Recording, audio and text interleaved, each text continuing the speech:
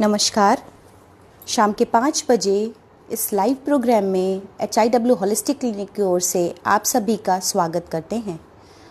हर Sunday मैं doctor शिखा गुप्ता एक question our के रिगार्डिंग आपसे बात करते हैं, रूबरू होते हैं और आपकी जो क्वेरीज होती हैं पूरे हफ्ते उसके अकॉर्डिंग हम शाम का सेशन डिज़ाइन करते हैं, जो कि हर संडे शाम को 5 बजे होता है।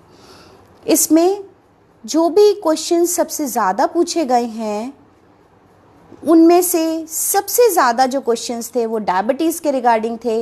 हालांकि हमने अपने पिछले सेशंस में भी डायबिटीज़ को कंसीडर किया था, बट जैसा कि मैं देख रही हूँ कि ये एक बहुत बड़ा परिप्रेक्ष्य है। बहुत सारी पब्लिक इससे अछूती नहीं है। हर 5वां या 7वां व्यक्ति डायबिटिक है, ये कहने में दिक्कत नहीं होनी चाहिए। तो सबसे पहले हम कोरोना से लड़ते लड़ते अपनी जो समस्याएं बेसिकली बढ़ रही थीं उन पर हमने ध्यान केंद्रित करना छोड़ दिया। तो साथ में हम इन चीज़ों को भी लेके चलें और पूरी तरह अपने सिस्टम को स्वस्थ करें। इसी क्रम में जो आज का टॉपिक हमने रखा है वो डायबिटीज़ है। डायबिटीज़ का प्रबंधन ही किया जा सकता है, मैनेजमेंट ऑफ डायबिटीज़, क्योंकि आप एलोपैथ दवा से भी प्रबंधन ही कर रहे हैं। ऐसा नहीं होता कि आपकी डायबिटीज़ ठीक हो गई है पूरी तरह या ये मेडिसिन अब स्टॉप हो गई है। आप होल लाइफ मेडिसिन खाते रहते हैं। तो क्यों ना हम समझ बूझकर कुछ इस तरह से प्रबंधन करें कि हम डायबिटीज़ को ट्रीट करते हुए होल लाइफ अच्छे से अपनी लाइफ स्टाइल को बिता सकें। सबसे पहले तो हम नमस्कार लक्ष्मी जायसवाल जी, त्रिभुवनाथ श्रीवास्तव जी और मम्मा, वेलकम। सबसे पहले हम अगर ये कह दें कि ये एक न्यूट्रिशनल डिसऑर्डर है, मीन्स हमारे खान पान की गड़बड़ी, हमारी अनियमित जीवन शैली इसका बेसिक कॉज है। हालांकि और बहुत सारे कारण हैं जो हम आगे डिस्कस करेंगे, लेकिन ये बेसिक कॉज है और इसमें सबसे ज़्यादा इफ़ेक्ट होता है हमारे जो कार्बोहाइड्रेट के मेटाबॉलिज्म है वो सबसे ज़्यादा इफ़ेक्ट होती है। साथ में प्रोटीन और फैट भी इससे अछूता नहीं है, मतलब हमारा मेटाबॉलिज्म दिक्कत करता है खाने को डाइजेस्ट करने में, पूरी तरह डाइजेस्ट करने में, जिसमें कार्बोहाइड्रेट एक अहम भूमिका निभाता है। डायबिटीज़ सभी जानते हैं कि फास्टिंग डायबिटीज़ 80 to 120 मिलीग्राम पर 100 मिलीलीटर ऑफ ब्लड वॉल्यूम होती है। और अगर हम इसको पीपी लें, मतलब खाने के 2 घंटे बाद लें, जिसे पोस्ट प्रोडेंशियल कहते हैं, जिसमें हम ये अप टू 180 मिलीग्राम पर 100 मिलीलीटर ऑफ ब्लड जाती है। तो ये तो हो गया, आप सभी को मालूम है कि ये बेसिक पैरामीटर है और इससे हम डायग्नोस करते हैं कि डायबिटीज़ है कि नहीं है। अब हम बात करते हैं कि नॉर्मल केस में डायबिटीज़ मेलाइटिस, डायबिटीज़ एक ग्रीक वर्ड है जो कि एक्सेसिव वाटर के संदर्भ में कहा गया है, और मेलाइटिस एक लैटिन वर्ड है जिसका मीनिंग होता है हनी। मतलब यूरिन में जब शुगर आने लग जाती है तो हम कहते हैं सिंपल कि डायबिटीज़ मेलाइटिस हो गया है। इस केस में हम सब जो यूरिनेशन है, सबसे बड़ा लक्षण है डायबिटीज़ का, जो यूरिनेशन है वो बढ़ जाता है। तो normal urination normal healthy person का 1.5 से 2 लीटर होता है, जो कि डायबिटीज़ के केस में ये बढ़ के 4 लीटर से लेकर के 20 लीटर तक पहुंच सकता है।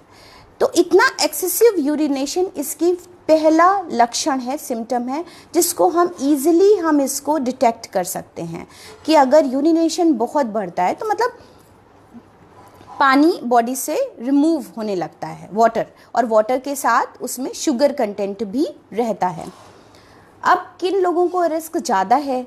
जो ओवरवेट हैं उनमें 4 टाइम्स रिस्क है, और जो ओबेज हैं, मतलब बहुत ज़्यादा वेट बढ़ा लिया है, ओबेसिटी के लेवल पे हैं, तो उनका रिस्क फैक्टर 30 टाइम्स ज़्यादा हो जाता है। तो पहले तो अगर हम कारण समझ लें तो हम सीधा सीधा डायबिटीज़ को ठीक कर सकते हैं, और अगर कारण नहीं समझेंगे तो डायबिटीज़ किस कारण हुई ये नहीं समझ पाएंगे।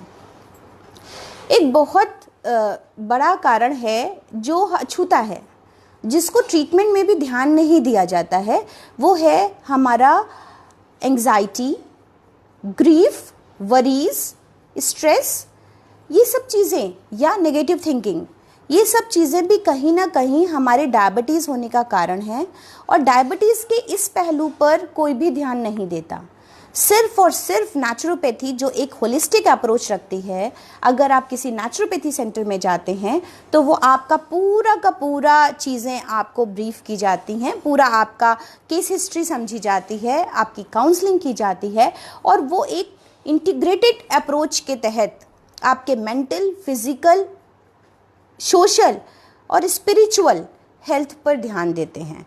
और उसमें फिर आपको मेडिटेशन है, ऑटो सजेशन है, इन सब पे भी काम करने को कहते हैं। तो इसलिए ये एक वर्ड जो अछूता है, इससे ये भी होता है कि मैं ये कर तो रहा हूँ पर मुझे फ़ायदा नहीं हो रहा है। तो इस केस में इन सब चीज़ों पर भी ध्यान देना बहुत ज़रूरी है। हेरिडिटरी एक बहुत बड़ा कारण हो सकता है, लेकिन सिर्फ उसको लेकर के बैठे रहना, एक्सक्यूज़ देना काफ़ी नहीं है। उस केस में भी हम अपने मैनेजमेंट कर सकते हैं, डायबिटीज़ का ईज़िली मैनेजमेंट कर सकते हैं। देन जो बड़ी क्रिटिकल प्रॉब्लम्स हैं लाइक कैंसर है, ट्यूबरकुलोसिस है, सेरेब्रल डिजीज़ेज़ हैं, उनमें एसोसिएट डायबिटीज़ आती है और उसको उसी तरीके से मैनेजमेंट किया जाता है। अब बात आती है ट्रीटमेंट की, किस किस तरीके से हम ट्रीटमेंट दे सकते हैं नेचुरोपैथी का। तो सबसे पहले डाइटरी मॉडिफिकेशन बहुत ज़रूरी है। डाइट का बहुत बड़ा रोल हम डायबिटीज़ के केस में पाते हैं, और बिना डाइट चेंज किए, जीवन शैली में परिवर्तन किए, ना तो आपकी दवाएं काम करती हैं और ना ही नेचुरोपैथी काम करती है। तो सबसे पहले जो बेसिक फंडा है, डाइट को समझना बहुत ज़रूरी है। जो लोग आए हैं वो अपने कॉपी पेन भी रख सकते हैं, क्योंकि कुछ इंपॉर्टेंट चीज़ें आप उन्हें नोट कर सकते हैं, अदरवाइज़ अपने दिमाग में बिठा सकते हैं। ये वीडियो मैं अपने पेज पर शेयर कर देती हूँ, HIW होलिस्टिक क्लिनिक, जिस पे आप देख रहे हैं। आप उस पर वापस भी इस वीडियो को देख सकते हैं और इसका फ़ायदा उठा सकते हैं। डाइट जो हो उसके संदर्भ में बहुत सारा मिथ है।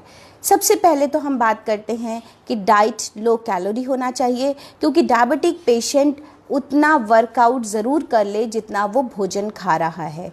लो फैट डाइट होनी चाहिए और अल्कलाइन डाइट होनी चाहिए, मतलब जो डाइट हो वो fresh fruits, vegetables, nuts, directly pure sources से ली गई हो। तो ये तो बेसिक फंडा हो गया एक मोटी सी बात समझने का। अब इसमें जो मिथ हैं उन पे बात करते हैं।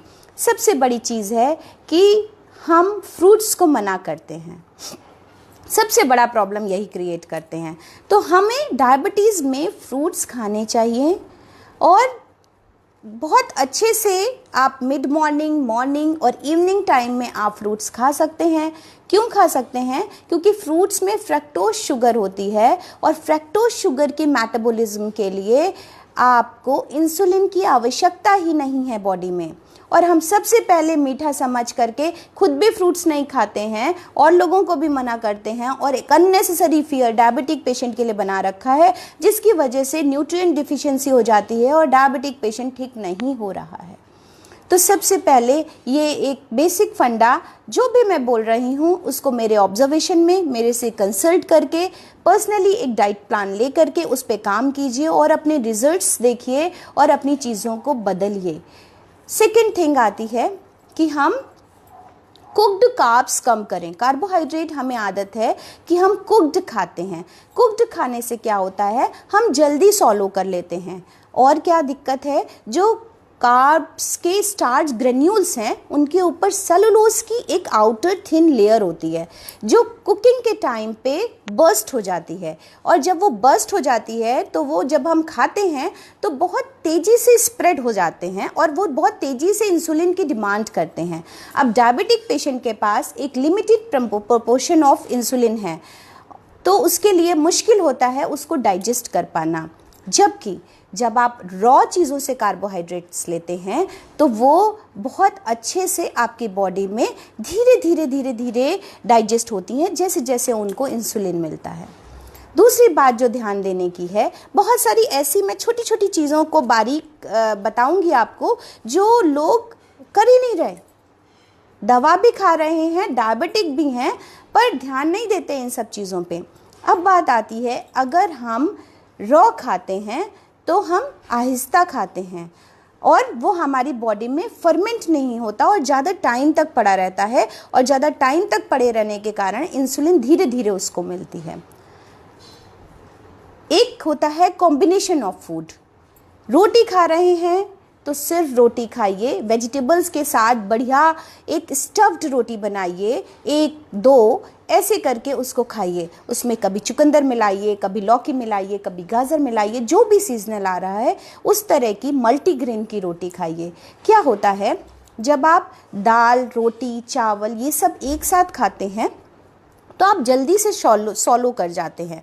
जब आप जल्दी से सॉलो कर जाते हैं तो आपकी बॉडी में हमारे कार्बोहाइड्रेट का डाइजेशन होता है सलाइवा से, टाइलिन नामक एंजाइम से।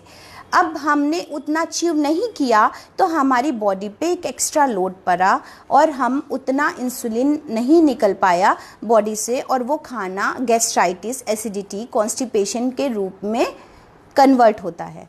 तो जब आप एक तरह का फूड एक टाइम पे खाएंगे, लाइक प्रोटीन्स दालों के रूप में, अंकुरित के रूप में खाएंगे, और कार्ब्स के रूप में इस तरह की या चपाती या खूब सारी सब्जियां मिला करके आपने राइस को बना लिया, उसके साथ चटनी और सलाद खाया। जब आप इस तरह का फूड खाते हैं तो आप बहुत सारा च्यू करते हैं, और थोड़ी च्यू करने की आदत बनाइए, मतलब एक एक ग्रास को ज़्यादा चबाया जाए। तो डायबिटिक पेशेंट हो या नॉर्मल पेशेंट हो, डायबिटीज पेशेंट के लिए तो कंपलसरी है। जब आप उसको मुंह में चबाते हैं तो आपका सलाइवा मतलब टाइलिन एंजाइम उसमें मिक्स होता है और वो आधा डाइजेशन वहीं पे कर देता है, तो हमारा कम इंसुलिन में भी काम चल जाता है। तो इस तरीके से ये थोड़े से डाइटरी मॉडिफिकेशन बहुत ज़रूरी हैं। सिर्फ डाइट प्लान देने भर से काम नहीं चलेगा, आपको समझना पड़ेगा कि आप कहाँ गलत हैं और आप अपने चीज़ों को अपनी टेस्ट के अकॉर्डिंग कैसे चेंजेस ला सकते हैं, जिससे आप डायबिटिक हों तो ठीक हो जाएं, और अगर डायबिटीज़ नहीं है तो आगे आने वाले टाइम में भी डायबिटिक ना हो। क्योंकि कभी कभी डायबिटीज़ बॉडी के अंदर हो रही है, इंसुलिन का प्रोडक्शन कम हो रहा है, एनर्जी लेवल फॉल हो रहा है, लेकिन रिपोर्ट में नहीं आ रहा है क्योंकि रिपोर्ट में बहुत टाइम बाद आता है। तो कभी कभी हमारा बॉडी सिस्टम नहीं बताता है। जैसे डायबिटीज़ के लक्षणों में इंसान बहुत डल फील करता है, उसको भूख और प्यास तो बहुत तेज़ लगती है, बहुत ज़्यादा खाने पर भी उसको ऐसा फील होता है कि उसके अंदर एनर्जी नहीं है, गैस्ट्राइटिस, कॉन्स्टिपेशन, स्किन ईचिंग, ये सब चीज़ें बहुत फ्रिक्वेंट होती हैं उसके साथ, और एक सेक्सुअल डिज़ायर भी धीरे धीरे डिक्रीज़ होती है उस पेशेंट की।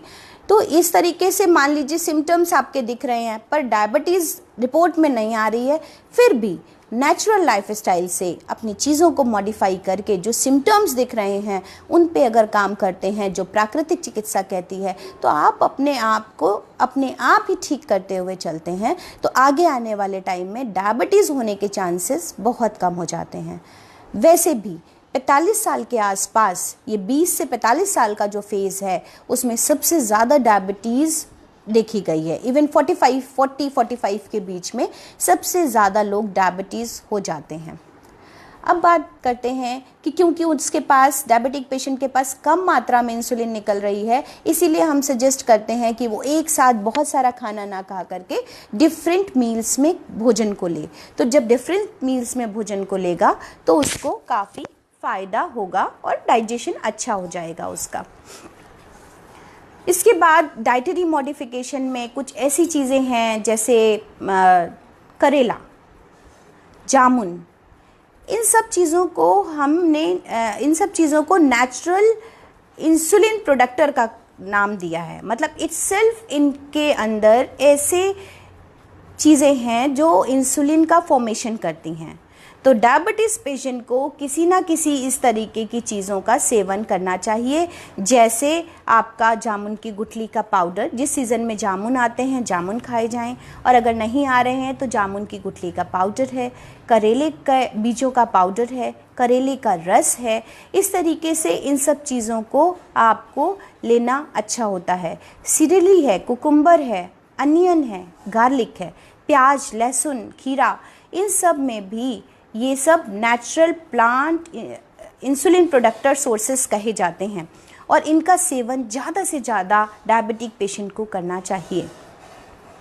ये सब चीज़ें करने के साथ साथ क्या और करना चाहिए? अभी मोटा मोटा आपने ये समझ लिया कि डाइटरी मॉडिफिकेशन किस तरीके का हो। फ्रूट्स ले सकते हैं, सलाद खूब अच्छे से खा सकते हैं, कॉम्बिनेशन ऑफ फूड के अकॉर्डिंग प्रोटीन को अलग खाना है, कार्बोहाइड्रेट को अलग खाना है, खाने को खूब अच्छा चबा के खाना है, रॉ चीज़ों को ज़्यादा तवज्जो देनी है, ज़्यादा उन पे फोकस करना है बजाय कुक्ड फूडों के। कुक्ड फूड को बहुत ही कम करना है। इतनी सी बात जो डाइटरी मॉडिफिकेशन है, मैं बहुत ज़्यादा सजेस्ट नहीं करती, लेकिन डायबिटीज़ के केस में अगर मिल्क और मिल्क प्रोडक्ट की बात की जाए तो मट्ठा और छाछ उनके लिए बहुत अच्छा साबित हो सकता है। तो अगर आप दूध और दूध के प्रोडक्ट लेना ही चाहते हैं तो छाछ आपके लिए एक अच्छा ऑप्शन हो सकता है। अंकुरित अनाजें हो सकती हैं, और फलों के बारे में हमने आपके मिथ को क्लियर किया है। अब हम बात करते हैं कि एक्सरसाइज कितनी ज़रूरी है। हमारी बॉडी का 35% जो बॉडी है वो मसल्स हैं। मसल्स हमारी जितनी एक्टिवेट रहती हैं, चाहे हम स्विमिंग करें, चाहे हम जॉगिंग करें, चाहे हम वार्म अप एक्सरसाइजेस करें, इन सब में हमारा इंसुलिन का प्रोडक्शन अपने आप बढ़ता है। तो इस तरीके से इसको भी हमें अपनी बॉडी में अडॉप्ट करना चाहिए, अपनी लाइफ स्टाइल में अडॉप्ट करना चाहिए। जो भी हमारी हॉबी है, ये बेसिक पैरामीटर है। देन सभी जानते हैं योग थेरेपी डायबिटीज़ में बहुत कारगर है। इसमें जो आसनास हैं वो सारे के सारे लाइक भुजंगासन है, शलभासन है, पश्चिमोत्तानासन है, धनुरासन है, ताड़ासन है, तिर्यक ताड़ासन है, तिर्यक भुजंगासन है। इस तरीके के जो आसनास हैं इनकी प्रैक्टिस करनी चाहिए और धीरे धीरे इनका टाइम लगभग 20 सेकेंड के आसपास इनका होल्डिंग टाइम होना चाहिए, जिससे आपकी ग्लैंड्स एक्टिवेट होकर के इंसुलिन का सिक्रेशन खुद ब खुद करने लगें, बेसिकली पैनक्रियाज की बीटा सेल्स। देन अब हम बात करते हैं नेचुरोपैथी। ये all about naturopathy, drug less therapy. बिना दवाओं के जब हम चिकित्सा करते हैं तो वो नेचुरोपैथी में ही आती है। अब हम बात करते हैं नेचुरोपैथी में एक हाइड्रोथेरेपी है। Means naturopathy 5 element of nature पे वर्क करती है, धूप, हवा, मिट्टी, पानी, आकाश। तो इसमें जो हमारा जल तत्व है हाइड्रोथेरेपी, इसमें हम हिप बाथ के टब्स के थ्रू ट्रीटमेंट करते हैं। पैनक्रियाज में सेल्स को एक्टिवेट करते हैं जिससे वो स्वस्थ हों और इंसुलिन का निर्माण हो। इसमें 2 टब ले लेते हैं, एक में गर्म पानी, एक में ठंडा पानी। गुनगुने पानी के टब में पैर को बाहर रख करके पेड़ू के पोर्शन को डिप करते हैं, जिसमें एक छोटा सा हैंड टॉवल लेकर के हम पेड़ू पे रब भी कर सकते हैं। पेड़ू के पोर्शन को क्लॉकवाइज एंटी क्लॉकवाइज, नेवल के आसपास तक पानी रहना चाहिए और 5 मिनट उसमें बैठने के बाद 3 मिनट हम ठंडे पानी में बैठते हैं। तो इस तरीके से alternate 5-3-5-3-5-3 hot and cold compress करने से, hot and cold hip bath लेने से हमें काफ़ी फ़ायदा मिलता है। 3 बार ऑल्टरनेट करने से हमें काफ़ी फ़ायदा मिलता है। गर्म पानी के टब में गर्म पानी बीच बीच में अलग से रख लिया जाता है और वो मिला देते हैं जिससे उसका टेम्परेचर हम मेंटेन कर सकें। दूसरी बात आती है कॉन्स्टिपेशन ना रहने दिया जाए और कोलोन क्लीनिंग की जाए। मतलब एनस के थ्रू एनिमा, सिंपल एनिमा और कोलोन हाइड्रोथेरेपी के थ्रू कोलोन क्लीनिंग की जाए, रेक्टम और कोलोन को साफ रखा जाए तो काफ़ी फ़ायदा मिलता है। ये दोनों चीज़ें हाइड्रोथेरेपी के अंतर्गत आती हैं। और अगर मान लीजिए पेशेंट बुज़ुर्ग है और वो अभी नी से बेंट नहीं हो पा रहा है तो ऐसे केसेस में हम स्टमक पे ही हॉट एंड कोल्ड कंप्रेस करते हैं। मतलब पानी से एक हॉट वाटर बैग का इस्तेमाल और एक टब में, छोटे टब में एक छोटा सा हैंड टॉवल रख के ठंडे पानी का 5 मिनट गर्म और 3 मिनट ठंडा, फिर 5 मिनट गर्म 3 मिनट ठंडा, 5 मिनट गर्म 3 मिनट ठंडे की इस तरह की ऑल्टरनेटिव सेकाई पेट पर करते हैं, जिससे भी आराम मिलता है। प्राणायाम इट्सेल्फ अपने आप में अच्छा है, जिसमें कपालभाति, भस्त्रिका, उज्जाई प्राणायाम बहुत ज़्यादा फ़ायदेमंद हैं। मेडिटेशन के लिए मैंने बताया कि आपको सारे आयामों पे काम करना पड़ेगा।